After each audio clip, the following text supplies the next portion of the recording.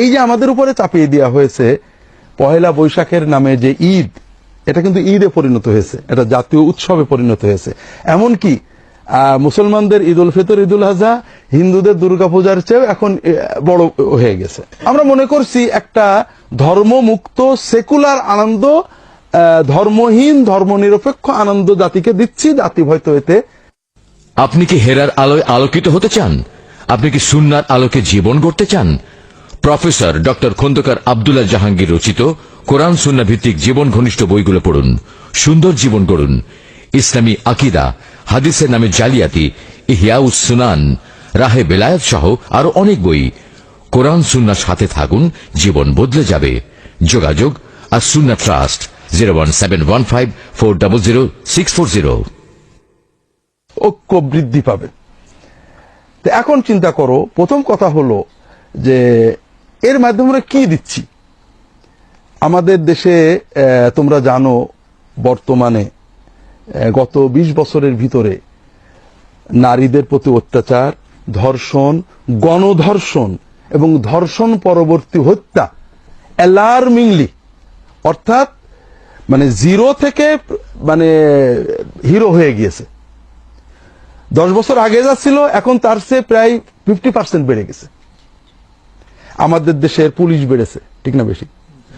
আমাদের দেশে আমরা 20 বছর আগে পুলিশের গাড়ি ক্যাঁ ক্যাঁ করতে দেখিনি, আমরা সৌদি আরবে দেখতাম, এখন আমরা দেখতে পাই। আমাদের দেশে ডিবি, মানে এনএসআই, এনএসএফ, র্যাব প্রচুর বেড়েছে। আইন শৃঙ্খলা নিয়ন্ত্রণের ক্ষমতা বেড়েছে, শিক্ষা বেড়েছে, উচ্চ শিক্ষা বেড়েছে। সবকিছু উন্নতির পরে এই যেটা দেখছো, এটা উন্নতি না অবনতি? এখন আমার মেয়ে, তোমার বোন, তোমার মেয়ে ছোট থেকে একটা ট্রমা, একটা আঘাত নিয়ে বড় হচ্ছে। আমি অরক্ষিত, সে রাস্তায় যায় এবং ভয়ে থাকে, মা খুব সাবধান থাকিস। তাহলে এই যে সাইকোলজিক্যাল মানসিক ট্রমা নিয়ে এই মেয়েগুলো বড় হচ্ছে, এরা জাতিকে কি দেবে? আধুনিক বিশ্ব হলে এটার জন্য ফাঁসির ব্যবস্থা করতো, যে একটা সন্তান ছোট থেকে ট্রমা নিয়ে বড় হচ্ছে, আঘাত নিয়ে, আমি অরক্ষিত। যেমন আমরা বলি যে একটা টুপিওয়ালা মাদ্রাসা ছাত্র সমাজে অরক্ষিত, গেলেই কোথায় গাল শুনবে তার কোনো ঠিক নেই। ঠিক এটা না হয় এরা মৌলবাদী মোল্লা এদের না হয় হলো, কিন্তু আমাদের সমাজের সকল পর্যায়ে বাদ দিয়ে সকল পর্যায়ের নারীরা কিন্তু অরক্ষিত, এবং অরক্ষিত ভাবটা বাড়ছে। বাড়ছে মানে ন্যাচারাল না, অ্যাবনর্মাল ভাবে বেড়ে যাচ্ছে ভয়ঙ্কর ভাবে। এটার বড় কারণ হলো এই জাতীয় ঈদগুলো চাপিয়ে দেওয়া। কত হলো সমাজ গ্র্যাজুয়ালি পরিবর্তন হয়। তোমরা দেখবা ইংল্যান্ডে, আমেরিকা, ইউরোপেতে এই ধরনের মেলা টেলা হচ্ছে, ওদের একদিনে হয়নি।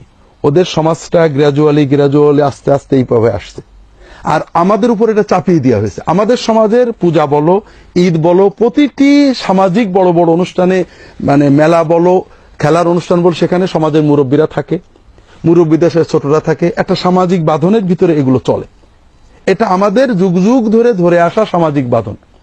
আমরা এটাকে লম্বা টান দিয়ে ছিঁড়ে ফেললাম, যে এগুলো সব অন্ধত্ব, অন্ধকার, আমরা আধুনিক হব। যেমন মোস্তফা কামাল আতাতুর্ক বলেন আমাদের আধুনিক হতে হবে।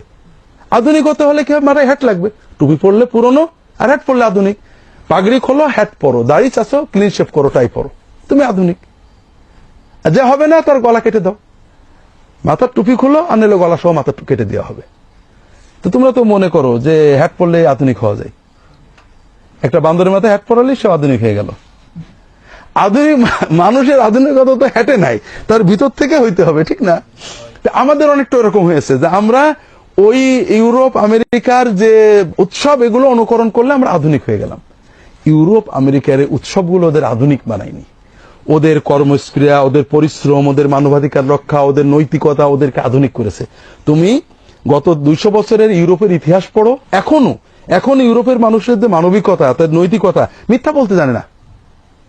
তুমি পাসপোর্ট দেবে, বলে আপনার জন্ম তারিখ কবে, পাসপোর্টে লেখা আছে, বলবে না। তুমি বলবে, তুমি মিথ্যা বললে মিথ্যাটাই লাগবে। মানুষ যে মিথ্যা বলতে পারে এইসব, এটাতে বুঝতে পারে না।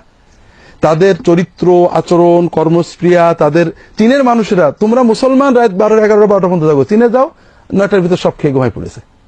পরিশ্রমী জাতি, পরিশ্রমের মাধ্যমে তারা বড় হয়েছে, ন্যাংটো হওয়ার মাধ্যমে বড় হয়নি। ন্যাংটো হওয়া তাদের জাতির একটা অভ্যাস। তুমি তাদের পরিশ্রম, নিয়মানুবর্তিতা, মানবাধিকার এগুলো না নিয়ে তাদের ন্যাংটো হওয়াটা নিয়ে মনে করছে আমি আধুনিক হয়ে গেলাম। কথা বুঝতে পারছো না? এখন প্রবলেম হলো ওদেরটা তো আসছে গ্র্যাজুয়ালি, আর তোমারটা চাপিয়ে দেওয়া হয়েছে, যেটা আমাদের মন মানসিকতা সমাজের মেজাজের সাথে মেলে না। ফলে অবক্ষয়টা এত দ্রুত হয়েছে। দেখো আজকে আমাদের দেশে আইন প্রয়োগকারী সংস্থা শক্তিশালী হয়েছে, তাদের যন্ত্রপাতি অনেক আধুনিক হয়েছে, কিন্তু দুর্ভাগ্য মানুষ মরার, শিশু মেরে ফেলছে। মারাটা কিন্তু সহজ ব্যাপার না। মানুষ একটা মানুষকে মারছে, আবার ভিডিও করছে, আবার সবাই দেখছে। এটা আজ থেকে 20 বছর আগে কল্পনা করা যেত না। একটা বন্ধু তার বন্ধুকে বিনা কারণে ছোট্ট একটা কথার জন্য 200 টাকা ঋণ চেয়েছে বলে মেরে ফেলে দিচ্ছে। একটা সন্তান, মেয়েরা সাধারণত আরো বেশি নিরীহ হয়, তার পিতামাতাকে মুরগি কাটার মতো জবাই করে কাটছে। এইভাবে মানুষের লাশ পথে ঘাটে পড়ে থাকছে। কয়টা লাশ পাচ্ছ? আরো কত কিছু মিডিয়ায় আসছে না। গত বছরে পহেলা বৈশাখে যে ধর্ষণের যারা শিকার ছিল তাদের বিচার হয়েছে? এখনো হয়নি। বিচার খুব সহজ বলেও দিয়েছেন আমাদের মুরব্বীরা, যেগুলো হয়েছে না করলে তো এগুলো তো হয়েই থাকে। ঠিক আছে না? তো এটা তো মিডিয়ায় গেছিল বলে এই পর্যন্ত গেছে। কত হাজার ঘটনা ঝিনাইদহের বৈশাখী মেলায়, মানে চুয়াডাঙ্গার বৈশাখী মেলায়, যেটা মিডিয়ার লাইমলাইটে ছিল না, সেগুলো আছেই। ট্রমা, এই মেয়েগুলো বোঝে না, তারা সেখানে কোনো খারাপ কাজে যায়নি, সমাজ মিডিয়া উৎসাহ দিয়েছে, চলে গেছে।